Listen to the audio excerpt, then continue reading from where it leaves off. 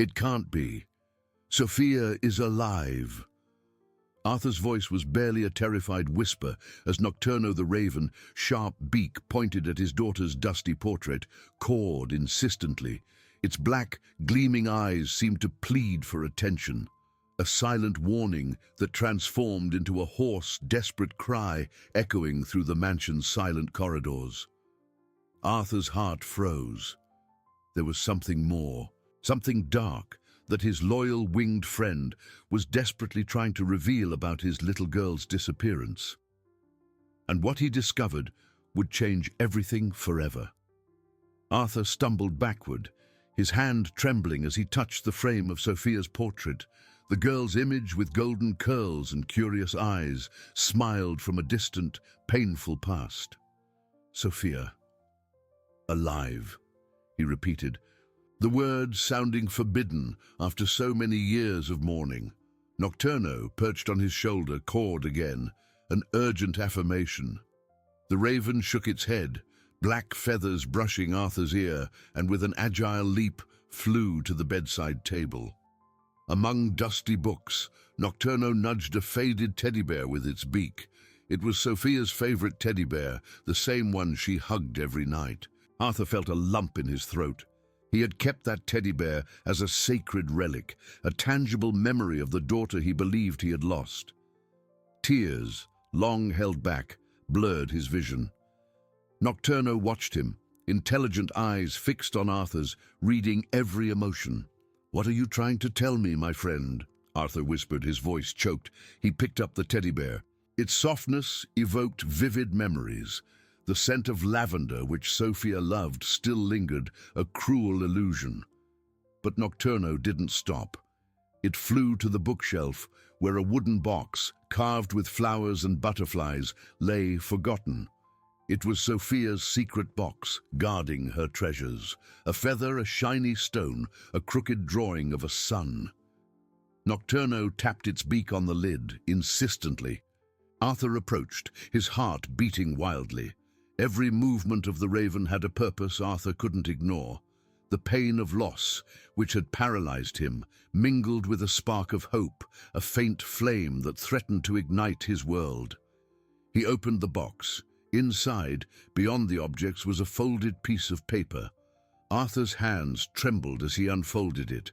It was a drawing by Sophia, made with crayons, showing a golden-haired girl and a black raven beside her, flying over a large house.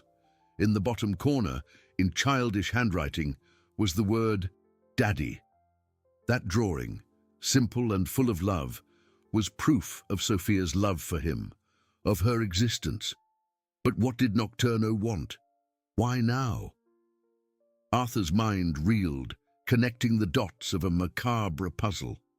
The raven, with a softer core, landed beside the drawing and with a decisive movement pointed its beak towards the window, towards the mansion's vast garden. Its eyes seemed to say, "There's more, follow me." Arthur felt a shiver. The possibility of Sophia being alive, of Isabella having lied, was monstrous, but Nocturno's insistence, the clarity of its clues, was undeniable. He couldn't hide in his grief. That raven, his faithful companion, was unraveling a secret that could destroy his life or rebuild it. With Sophia's teddy bear clutched to his chest and the drawing in his hand, Arthur looked at Nocturno, a cold determination replacing his despair. "Let's go, my friend. Show me the truth." He knew the path would be painful, but hope was a beacon in his darkness. Arthur, with Sophia's teddy bear clutched to his chest and the drawing in his hand, looked at Nocturno, a cold determination replacing his despair. "Let's go, my friend. Show me the truth." He knew the path would be painful, but hope was a beacon in his darkness. The raven leapt from the windowsill, its black wings beating softly as it flew ahead, like a silent guide. Arthur followed, his heart pounding in his chest. Each step was a mixture of dread and a burning thirst for answers. They crossed the mansion's main corridor, where family portraits seemed to watch with empty eyes. Arthur avoided the gaze of a painting of Isabella, her beauty now appearing as a cold, deceptive mask. The idea that his wife, the woman he had loved and trusted, could have orchestrated such cruelty was a poison beginning to corrode his soul. Nocturno didn't hesitate. It flew through the side door leading to the gardens, a place Arthur had avoided for years, as every flower, every bush reminded him of Sophia running and playing. The fresh morning air, once a balm, now seemed laden with secrets. The garden, once vibrant, was a little neglected, with some rose bushes growing wildly and the grass taller in certain areas, as if life there had lost its purpose without Sophia's joy. The raven landed briefly on a moss-covered stone bench from where Sophia used to watch butterflies, and cawed, as if wanting Arthur to notice the abandonment. Arthur felt a tightening in his chest, a pang of guilt for having allowed himself to sink so deeply into grief that he neglected even his daughter's sanctuary. He knelt, touching the cold moss, and tears streamed down his face, no longer from despair, but from a new and fierce determination.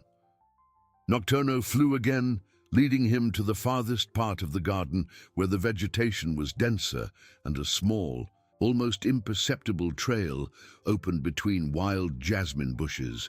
It was a path Arthur hadn't walked for years, not since Sophia was very young and loved to explore secret forests within the property.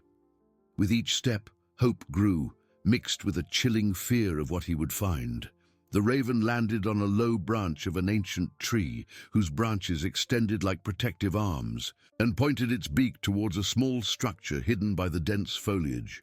It was a wooden dollhouse built by Arthur for Sophia on her 5th birthday. He thought he had ordered it removed, unable to bear the sight, but there it was, a little weathered by time, but still standing. Nocturno flew to the tiny door of the dollhouse, tapped its beak on the wood, and cawed Sophia's name, loud and clear. Arthur felt his blood run cold. The dollhouse. Why would Nocturno lead him there? With trembling hands he approached, with each step feeling that he was about to unravel a mystery that would forever change his life and his daughter's.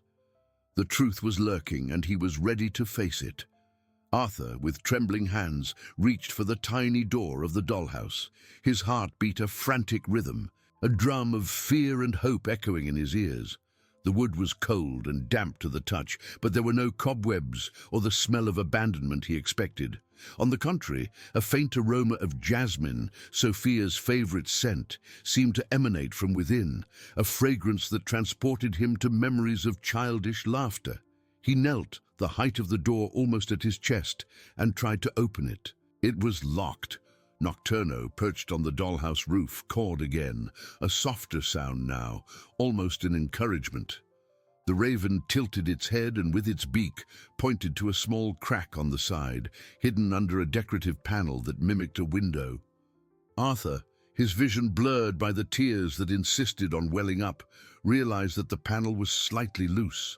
With an effort, he pushed it, revealing a small, almost imperceptible old lock covered by a thin layer of moss. Arthur's mind spun in a dizzying array of thoughts. Who would have locked it? And why? The lock was rusty, but it didn't seem to have been tampered with.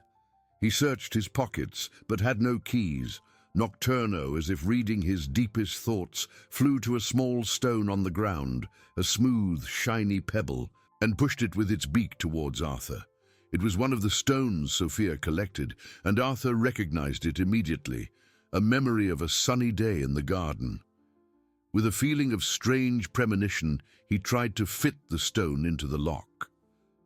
To his surprise, it fit perfectly, turning with a soft, metallic click. The dollhouse door opened, revealing a dark, stuffy interior. Arthur hesitated, the fear of the unknown almost paralyzing him, his breath caught in his throat. But the image of Sophia, her smile, her unconditional love, propelled him forward. He leaned in, peering inside. The faint light entering through the door revealed a small space, not like an empty dollhouse, but like a refuge. There was a thin mattress on the floor, covered by a soft wool blanket. and some toys scattered around, the wooden puzzle Sophia loved, a storybook with crumpled pages, and on the mattress, a freshly made drawing. It was a crayon drawing, vibrant and full of life, showing a golden-haired girl and a black raven, identical to Nocturno, flying over a flowery garden. In the corner, the unmistakable childish handwriting, "Daddy, I love you." Arthur's heart broke and mended at the same time. Sophia was alive. She had been there, perhaps even recently. The pain of years of mourning transformed into a chilling fury, a silent fire consuming every fiber of his being, pointing to a single person, Isabella. At that exact moment, a cold, calculating voice broke the silence of the garden, making Arthur jump. "Arthur? What are you doing here?"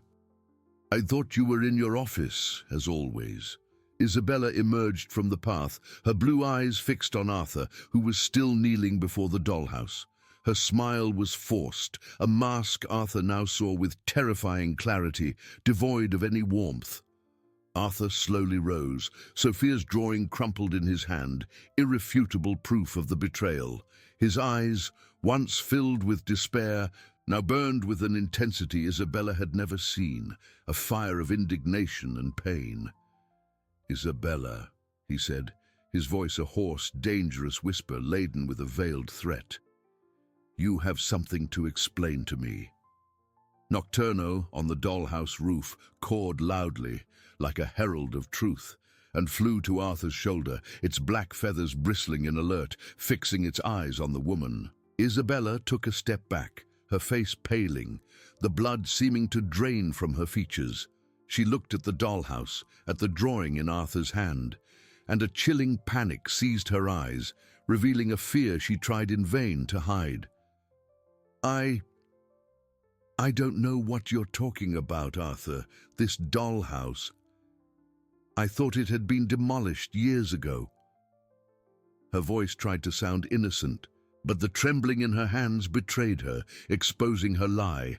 "Don't lie to me, Isabella," Arthur roared, his voice heavy with pain and betrayal, echoing through the garden. "Sophia has been here. She's alive. And you hid her from me." He held out the drawing, his daughter's words echoing in his mind, a silent cry of love and abandonment. Sophia's love, so pure, was the most powerful weapon against Isabella's cruelty. The truth, finally, was brought to light, relentless and devastating. Isabella recoiled another step, her facade crumbling completely, the mask of coldness and innocence shattering into 1,000 pieces.